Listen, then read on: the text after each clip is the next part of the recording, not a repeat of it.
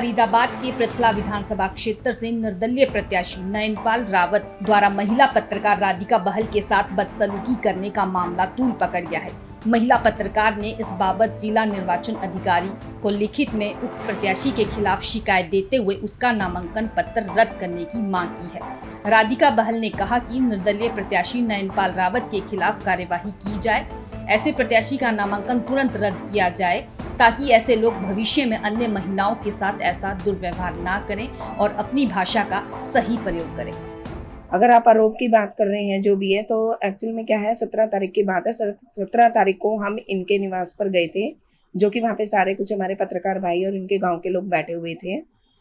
तो जैसे ही हमने अंदर एंट्री की, उनसे बातचीत करनी चाहिए, बोला कि भैया जी नमस्कार। वैसे उन्होंने बहुत गलत तरीके से बात की, बिहेव भी गलत तरीके से किया, बहुत रूडली बोला कि जाओ यहाँ से, निकलो यहाँ से, बहुत गलत तरीके से। जो मैं सामने, अब मैं आपको क्या बताऊं, जिसकी कंप्लेंट मैंने एक डीसी साहब को और निर्वाचन आयोग को कर रखी है, जो कि 17 तारीख को मैंने 12 बजे के करीब ही कर दी थी, जिसका प्रोसीजर अभी सारा चल रहा है। तो मैं कल मिली थी वहां जाकर निर्वाचन आयोग से, तो उन्होंने बोला था कि हमने उनको सम्मन इशू किए हैं, जो भी किए हैं, और उसके साथ अगर उनकी हमारे जो भी आते हैं फिर हम आपको बुलाते हैं, आपकी स्टेटमेंट लेते हैं और जो कार्रवाई बनती है वो करते हैं। फरीदाबाद के पृथला विधानसभा क्षेत्र से निर्दलीय प्रत्याशी नयनपाल रावत द्वारा महिला पत्रकार राधिका बहल के साथ बदसलूकी करने का मामला तूल पकड़ गया है।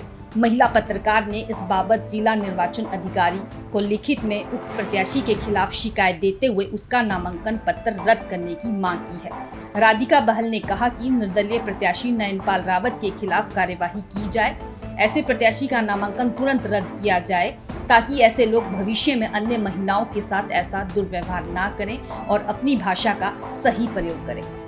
अगर आप आरोप की बात कर रहे हैं जो भी है, तो एक्चुअल में क्या है, 17 तारीख की बात है। 17 तारीख को हम इनके निवास पर गए थे, जो कि वहाँ पे सारे कुछ हमारे पत्रकार भाई और इनके गांव के लोग बैठे हुए थे।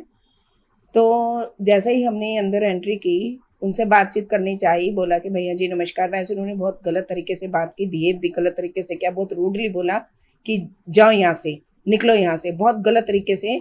जो मैं सामने, अब मैं आपको क्या बताऊं, जिसकी कंप्लेंट मैंने एक डीसी साहब को और निर्वाचन आयोग को कर रखी है, जो कि 17 तारीख को मैंने 12 बजे के करीब ही कर दी थी, जिसका प्रोसीजर अभी सारा चल रहा है। तो मैं कल मिली थी वहां जाकर निर्वाचन आयोग से, तो उन्होंने बोला था कि हमने उनको सम्मन इशू किए हैं, जो भी किए हैं, और उसके साथ अगर उनकी हमारे जो भी आते हैं फिर हम आपको बुलाते हैं, आपकी स्टेटमेंट लेते हैं और जो कार्रवाई बनती है वो करते हैं।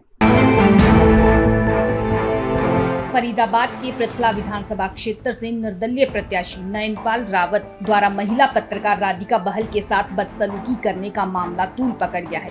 महिला पत्रकार ने इस बाबत जिला निर्वाचन अधिकारी को लिखित में उक्त प्रत्याशी के खिलाफ शिकायत देते हुए उसका नामांकन पत्र रद्द करने की मांग की है। राधिका बहल ने कहा कि निर्दलीय प्रत्याशी नयनपाल रावत के खिलाफ कार्यवाही की जाए, ऐसे प्रत्याशी का नामांकन तुरंत रद्द किया जाए ताकि ऐसे लोग भविष्य में अन्य महिलाओं के साथ ऐसा दुर्व्यवहार ना करें और अपनी भाषा का सही प्रयोग करें।